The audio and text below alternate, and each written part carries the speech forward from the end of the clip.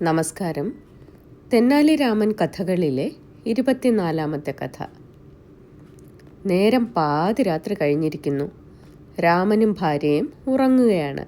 ചില ശബ്ദങ്ങൾ കേട്ട ദമ്പതികൾ ഉണർന്നു. രാമൻ ചെവി കൂർപ്പിച്ചു. അപ്പോൾ അയാൾക്ക് ശബ്ദങ്ങൾ ഏതെന്ന് മനസ്സിലായി. ചില കള്ളന്മാർ മോഷ്ടിക്കാൻ വന്നിരിക്കുകയാണ്. കള്ളന്മാരെ പറ്റിക്കുക തന്നെ, അതായി രാമൻ്റെ നിശ്ചയം. അയാൾ ഏറ്റവും അടക്കിയ സ്വരത്തിൽ ഭാര്യയ്ക്ക് ചില നിർദ്ദേശങ്ങൾ നൽകി. അതിനുശേഷം സ്വരം ഉയർത്തി സംസാരിച്ചു. എന്തിന്? കള്ളന്മാർ കേൾക്കാൻ വേണ്ടി.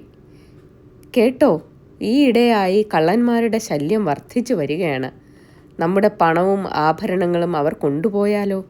അതോടെ നാം നശിക്കും. അതുണ്ടാവാതിരിക്കാൻ ഒരു കാര്യം ചെയ്യാം. അവയെല്ലാം പെട്ടിയിലാക്കി കിണറ്റിലിട്ട് കളയാം.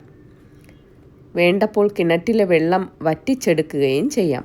എനിക്ക് ഇപ്പോൾ തന്നെ ജോലി തീർക്കണം. ഇത്രയും രാമൻ ഭാര്യയോട് ഏത് രീതിയിൽ പറഞ്ഞെന്നോ? രഹസ്യം പറയുന്ന മാതിരിയിൽ. അതേസമയം കള്ളന്മാർക്ക് കേൾക്കാവുന്ന അത്ര ഉച്ചത്തിലും. എല്ലാം സശ്രദ്ധം കേൾക്കുകയാണ് കള്ളന്മാർ. ഓഹോ, ഇവർ സമ്പാദ്യമൊക്കെ കിണറ്റിലിടാൻ പോവുകയാണല്ലേ.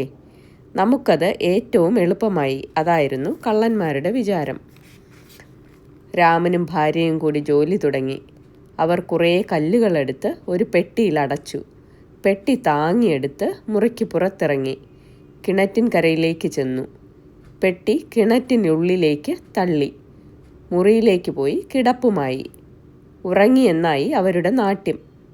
വാസ്തവത്തിൽ അവർ ഉണർന്നു കിടക്കുകയായിരുന്നു. കള്ളന്മാർ എന്താണ് ചെയ്യുന്നതെന്ന് അറിയണമല്ലോ. കള്ളന്മാർ പതുക്കെ തൊട്ടിയും കയറും എടുത്തു. ഒച്ചയുണ്ടാക്കാതെ കിണറ്റിൽ നിന്നും വെള്ളം കോരി തുടങ്ങി. വെള്ളം വറ്റിച്ചാലല്ലേ പെട്ടി എടുക്കാനൊക്കൂ. മണിക്കൂറുകൾ പലതും കഴിഞ്ഞു. അപ്പോഴേക്കും അവർ പെട്ടിയെടുത്തു. പെട്ടി തല്ലിപ്പൊളിച്ചപ്പോൾ അവർ കണ്ടതോ വലിയ കല്ലുകൾ. രാമൻ വിളിച്ചു പറഞ്ഞു, ഹേ കള്ളന്മാരെ, നിങ്ങൾ എനിക്കൊരു ഉപകാരം ചെയ്തിരിക്കുന്നു. വേനലിൽ എൻ്റെ തോട്ടത്തിലെ ചെടികൾ കരിയാറായി.